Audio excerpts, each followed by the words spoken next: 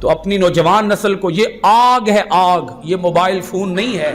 یہ social media, اس کا غلط استعمال آگ ہے۔ یہ قرآن کی آیت سنا کر میں آپ سب سے حضرات سے اجازت چاہوں گا۔ اللہ رب العالمین نے قرآن مجید کے اندر فرمایا، یا ایھا الذین آمنوا قوا انفسکم واہلیکم نارا،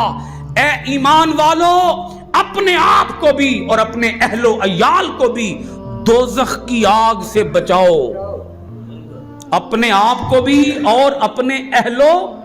عیال کو بھی، اپنے بیٹوں کو، بیٹیوں کو، بھائیوں کو، بہنوں کو، چھوٹوں کو، بڑوں کو